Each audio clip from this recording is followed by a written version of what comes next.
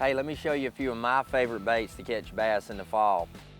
First of all, top water is what it's all about for me. Anytime I can catch bass on top water, I'm going to be throwing it because top water bites are the most explosive, the most fun, and I always catch bigger fish on top. One of my favorite top water baits, and this is a good beat up one right here that I've caught a lot of bass on. This is the Livingston Lures Walking Boss. Make long casts with this top water. I try to throw it around the holes in the grass in the back of these creeks, and I target, openings or objects in the water, clumps of grass, stumps, rocks, anything that's in the water, and I try to walk this bait very aggressively by those places to get those fish to come up and get it.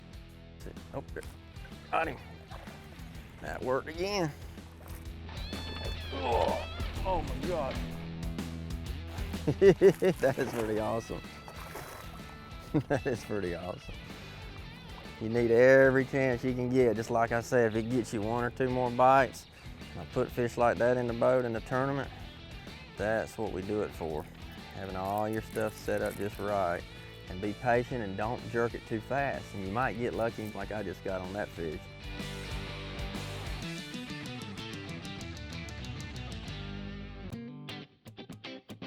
Sometimes when I miss fish or I'm getting short strikes, but especially if the water's real clear in the back of these creeks, they'll come up and slap at a bait and they won't really get it good, then I'll pick up this smaller bait. This is the Livingston Lures Walking Boss Junior Part 2, and it's called a Part 2 because it's got that little broken tail and that gives it a little more action. We have this in a large and a small size, but this junior size has a very subtle little jitterbug style action to it with that plastic lip, and this is a great bait to throw over those holes in the grass and really catch big bass on. I catch a lot of fish like this in the fall. Don't give up on that top water walking balls, because this is why you keep throwing it in the fall, boys. Fish like that right there. Look at that big gunners will beast.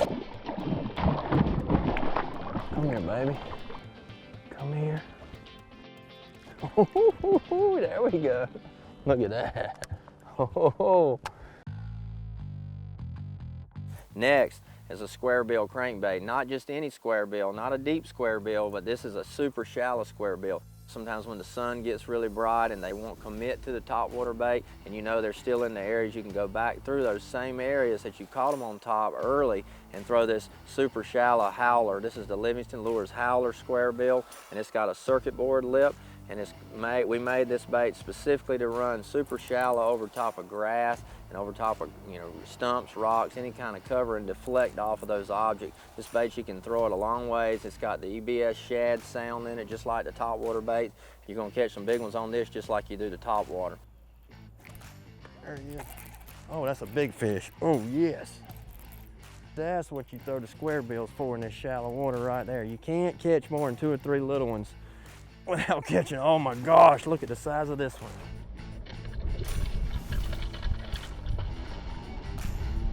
Oh my gosh, that is a giant. Come here, baby.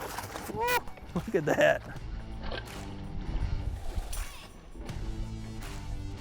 Oh my gosh, I got her, boy. Look at that. Where is that Livingston square bill? Look at it, right down the goozle. That's where they eat it. Boom! That is awesome right there. I feel like I'm in a tournament. All right, you got your top waters ready, you got your square bills ready. Now, where do you need to throw them at to be successful? I like to go to the back of the creeks every time. That's my fall pattern. You're always gonna find me running that Triton wide open to get to the back of the creeks. And I look for the major creeks that have big flats in the back, and specifically if they have grass. That's good if you're on a lake that has a lot of grass, like a Lake Gunnersville, for instance. But even if you don't have grass in the water, if you've got stick-ups, logs, stumps, anything that'll hold fish so they can ambush those shad in the fall, that's where your top water and your square bill pattern is going to be best. And from there, I work my way out. But typically, that's where I'm going to always figure them out and find them. Typically, if you've got a little drain or a little ditch that has just a little bit of water, deeper going back and weaving back into those creeks, those bass are going to be close to that channel, but they're going to be just off of it, set up somewhere hiding around some type of cover, and that's why the top water and the square bill work best. You got to be versatile, you got to keep an open mind. Never get stuck on one bait in the fall, because you're not going to be successful unless you can be versatile, and that's what it's all about if you want to catch fish like this.